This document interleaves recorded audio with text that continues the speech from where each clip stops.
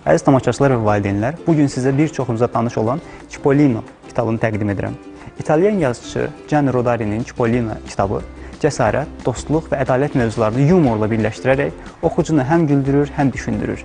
Bu kitab bütün dünyada uşaq ədəbiyyatının ən dəyərli incilərindən sayılır.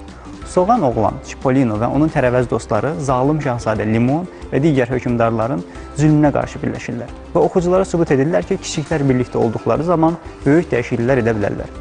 Bu kitab yalnız uşaqlar üçün deyil, hər yaşda olan oxucunu heyrətləndirəcək dərəcədə müdrik və sevgi doludur. Gəlin Cipollino'nun dünyasına səyahət edək, orada tərəvəzlər danışır, amma həqiqətlər çox aydındır.